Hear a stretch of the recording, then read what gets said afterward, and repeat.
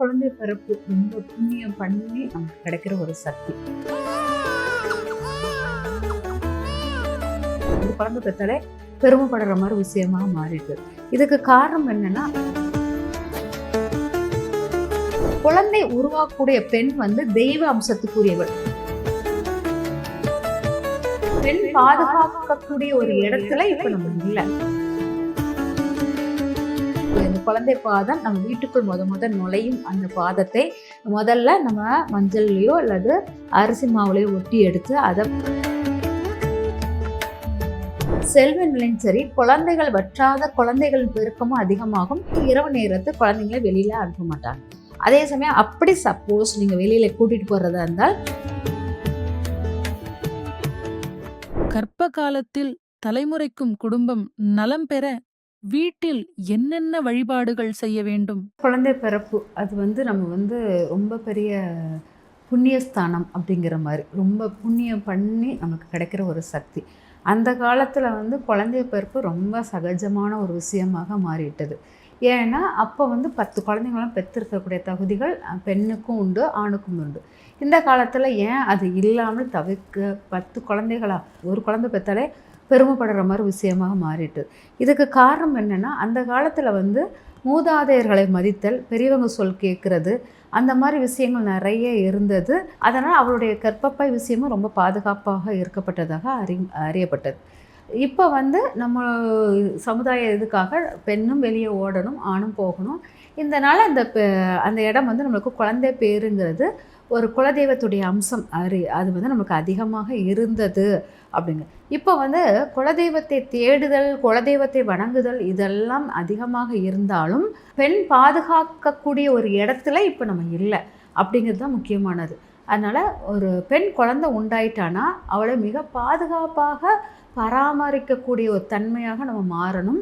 அது மாறினா நம்மளுடைய குலதெய்வ அருள் நம்மளுக்கு நல்லா கிடைக்கும். நீங்கள் என்ன தான் கோயிலுக்கு போனாலும் எது பண்ணினாலும் ஒரு பெண் குழந்தை உண்டாக்கும்போது அவளை பாதுகாக்க தெரிஞ்ச கணவன் வீட்டார்கள், பெண் வீட்டார்கள் அவங்களுக்கு இறைசக்தி உடன் சேர்ந்து அந்த பெண் குழந்தையும் அந்த பெண்ணும் சிறப்பாக இருந்துச்சுனாலே இறை அருளும் அந்த வீட்டு வாரிசுகள் தொடக்கம் நல்லா இருக்குதுன்னு அர்த்தம். சரி, முதல்ல ஒரு பெண் குழந்தை உண்டாயிட்டானா அவள் ஒரு 3 மாதம் 5 மாதம், சில பேர் 5 மாதம் வரைக்கும் சொல்ல மாட்டாங்க, சில பேர் 3 மாதம் வரைக்கும் சொல்ல மாட்டாங்க. ஏன்னா அந்த பார்வைகள், மற்றவங்களுடைய பார்வைகளுடைய இது அந்த சிறு பச்சையிலம் குழந்தைய எஃபெக்ட் ஆகக்கூடாது, அந்த மற்றவங்களுடைய எதிர்மறையான அதிர்வுகள் அந்த குழந்தைய எஃபெக்ட் ஆகக்கூடாது அப்படின்னு சொல்லிட்டு அந்த எதிர்மறை அதிர்வுகளுக்கு அவ்வளோ முக்கியத்துவம் உண்டு. அப்போனா அவங்களுக்கு ஒரு குறிப்பிட்ட ஒவ்வொரு ஏஜ் அந்த குழந்தைக்கு வாய்க்கு ருசியாக சமைச்சு போடுறதுலேருந்து எல்லாமே அவ்வளவு முக்கியத்துவம் கொடுத்துருந்தாங்க. அந்த குழந்தை அதாவது 3ஆம் மாதத்துலேருந்து சமையல் ஆரம்பிச்சிரும். முதல் 3ஆம் மாதம் கணவன் தன் மனைவிக்கு என்ன வேணும்னு கேட்டு சமைச்சு அவளுக்கு ஏதோ தெரியும் அந்த ஒரு இது பண்ணி கொடுப்பாராம். அதில் கணவன் மனைவியுடைய அந்யோன்யத்தை அந்த குழந்தை உணரும். தாய் தகப்பனுடைய அன்பு அரவணைப்போடு அந்த குழந்தை வளரக்கூடிய குழந்தையாக இருக்கும் அப்படிங்க முக்கியம். அப்புறம் பார்த்திங்கன்னா 5ஆம் மாதத்திலிருந்து தான் உறவுகளுக்கு எல்லாம் தெரிஞ்சு ஒவ்வொருத்தராக சமைச்சு கொடுத்துக்கிட்டே இருப்பாங்க. எத்தனை உறவுகள் நம்மளுக்காக அந்த பெண் குழந்தை உண்டாயிருக்கிறவங்களுக்காக சமைச்சு முக்கியத்துவம் கொடுத்து, அந்த குழந்தைக்கு முக்கியத்துவம் கொடுத்து, அந்த பெண்ணுக்கு முக்கியத்துவம் கொடுத்து சமைச்சு கொடுக்குறாங்களோ அந்த குழந்தையுடைய எஃபெக்ட் நல்லா இருக்கும். அதே மாதிரி அந்த சமைச்சு கொடுக்குறாங்க இல்லையா, எந்த பெண்ணுக்கு குழந்தை உண்டான பெண்ணுக்கு உறவுகள், அதாவது 5ஆம் மாதத்தில் நாத்தனார்கள் சமைச்சு போடுறது, இல்லாட்டா அக்கா தங்கச்சிங்க சமைச்சு போடுறது, 7ஆம் மாதத்தில் புருஷன் வழியில், 9ஆம் மாதத்தில், அப்படியே ஒவ்வொரு மாதத்துக்கும் ஒத்தப்படை மாதத்துக்கு ஃபுல்லாக ஒவ்வொருத்தரும் பொங்கி போட்டு ஊற கூட்டு அந்த பெண்ணை பெருமைப்படுத்துவாங்க. இது அந்த காலத்தில் பரிகாரங்கள் நம்ம எங்கேயுமே அதிகமாக நம்ம செஞ்சதில்லை. குழந்தை உருவாக்கக்கூடிய பெண் தெய்வ அம்சத்துக்குரியவள், ஒரு உயிரை உருவாக்குறாள். தெய்வத்துக்கு செய்வதற்கு சமமாக நினச்சி ஒவ்வொரு உறவுகளும் தெய்வ நிலையில் உள்ள ஒரு பெண்ணை தரிசிக்கிறோம், அந்த வயிற்றில் உள்ள குழந்தையை தரிசிக்கிறோம், அந்த வயிற்றில் உள்ள குழந்தைக்கு நன்மை செய்கிறோம்னு நினச்சி செஞ்சுக்கிட்டு இருந்திருக்காங்க. இப்போ அந்த மாதிரி விஷயங்கள் இல்லை. யார் அந்த தெய்வ அம்சத்துக்குரிய ஒரு பெண்ணுக்கு முக்கியத்துவம் கொடுத்து பண்ணுறாங்களோ, அந்த பண்ணிக்கிட்டு இருக்காங்களே அந்த வீட்டுக்கு செல்வ நிலையும் சரி, குழந்தைகள் வற்றாத குழந்தைகள் பெருக்கமும் அதிகமாகும். ஏற்ற காரியங்கள் அனைத்தும் நடந்திருக்குது அப்படிங்கிறது முக்கியமானது. ஆனால் இப்போ வந்து ஈகோ அதெல்லாம் வச்சு அந்த குழந்தைங்களுக்கு குழந்தை உண்டான அந்த பெண்ணை பார்க்குறது கூட அரிதாக இருக்குது. அதனால் ஒவ்வொரு மாதமும் அந்த பெண் ஒவ்வொரு சொருவமாக, தெய்வ சக்தியின் சொருவமாக அந்த பெண் காட்சி அளிப்பாள். 5ஆம் மாதத்தில் ஒரு தெய்வ சக்திக்குள்ள தன்மையாக இருப்பாள். 7ஆம் மாதத்தில் ஒரு தெய்வ சக்தியினுடைய அருளை பெற்றிருப்பாள். 9ஆம் மாதம் அனைத்து தெய்வமும் ஒன்றா, அதாவது 5ஆம் மாதம் குலதெய்வ அம்சத்திற்குரியவளாக இருப்பாள். 7ஆம் மாதம் வந்து அந்த வீட்டில் இறந்தவங்களுடைய சக்தியை பெற்றுவது போல் இருப்பாள்.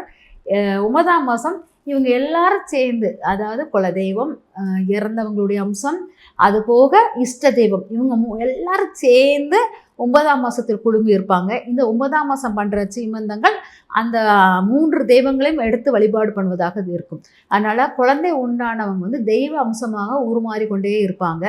ஏன்னா வயிற்றில் கரு உருவாகுதல், கருங்கிறது கருவறையில் ஒரு ஒளி உருவாகுது. அந்த ஒளியை யார் ஆராதிக்கிறார்களோ, அந்த ஒளிக்கு யார் ஆராதனை பண்ணுறாங்களோ அவங்களுக்கு அந்த அம்சங்களுக்குரியதாக மாறுகிறது. சரி, இதை வந்து கரெக்டாக அந்த 9ஆம் மாதம் வரைக்கும் நம்ம வந்து பண்ணிவிட்டு 10ஆம் மாதம் குழந்தை பெயர்கள் நடக்குது அப்படிங்கிறது. இந்த 9ஆம் மாதம், அதாவது 5ஆம் மாதம் பண்ணுவாங்க. 7ஆம் மாதத்தில் நான் சொன்னாலே இறந்தவங்களுடைய வழிபாடுகள், இறந்தவங்க வந்து அவங்க அம்சத்தில் இருப்பாங்க. அதனால் அவங்கள நினச்சி நம்ம கும்பிட்டுக்கிறதும் உண்டு. அப்போது இந்த 7ஆம் மாதத்துலேருந்து பார்த்திங்கன்னா நம்மளுடைய குழந்தை உண்டானவங்களுக்கு ஆக்டிடியூட் மாற்றுவாங்க.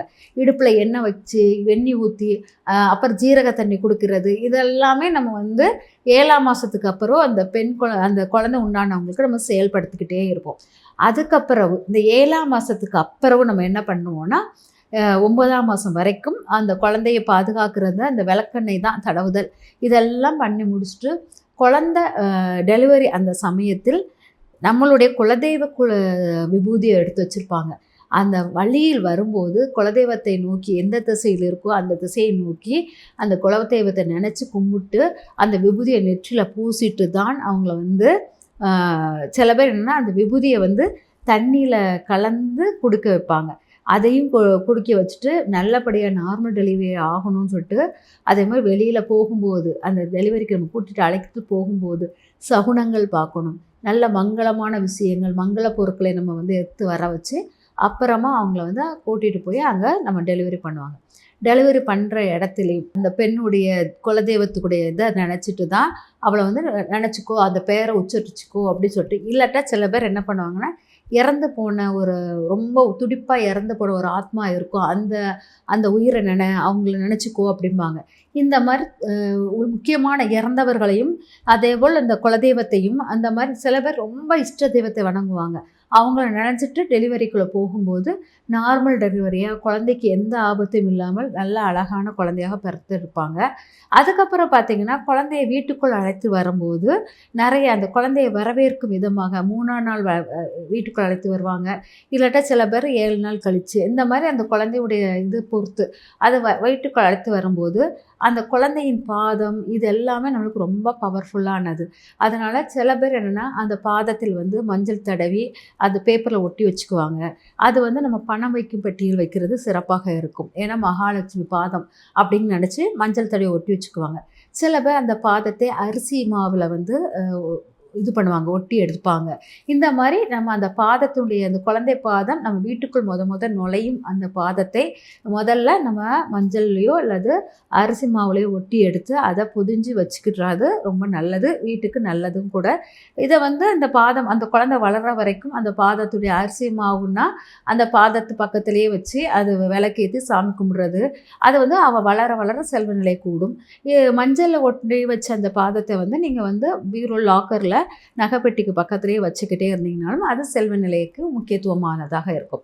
அப்புறம் வீட்டுக்குள் வந்த பிறகு தீட்டுன்னு சொல்லிட்டு நம்ம வந்து ஒரு 11 நாள் வைப்பாங்க, இல்லாட்டா 16 நாள் வைப்பாங்க. இந்த 11 நாளுக்கு அப்புறம் காப்பு கட்டுதல் அப்படின்னு ஒன்று வைப்பாங்க.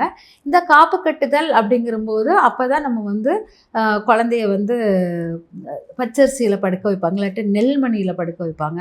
படுக்க வச்சுட்டு அதை எடுத்து திரும்ப மடியில் வச்சு தாய்மாமா மடியில் வச்சு காப்பு கட்டுற முறைகள் எல்லாம் பண்ணுவாங்க. அந்த மாதிரி பண்ணும்போது நம்மளுடைய தாய்மாமன்கிறது அம்மா வழியில் உள்ளவங்க, அவங்களுக்கு முக்கியத்துவம் கொடுக்கணும்.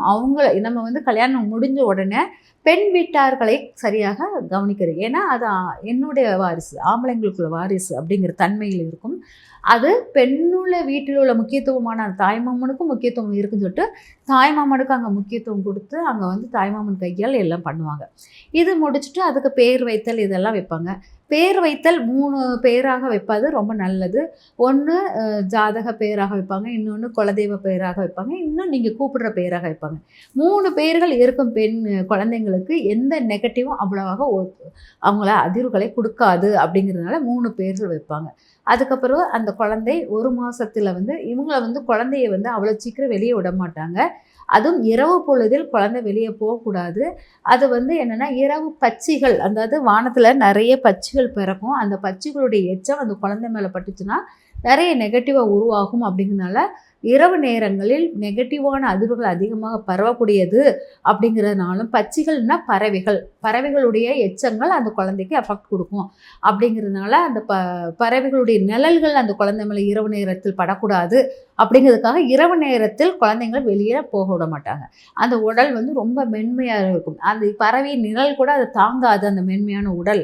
அப்படிங்கிறதுனால அந்த நிழல்ங்கிறது ராகு கேது, அது பறவை நிழல் ரொம்ப எஃபெக்ட் ஆகும். அப்படிங்கிறனால இரவு நேரத்தில் குழந்தைங்களை வெளியில் அனுப்ப மாட்டாங்க.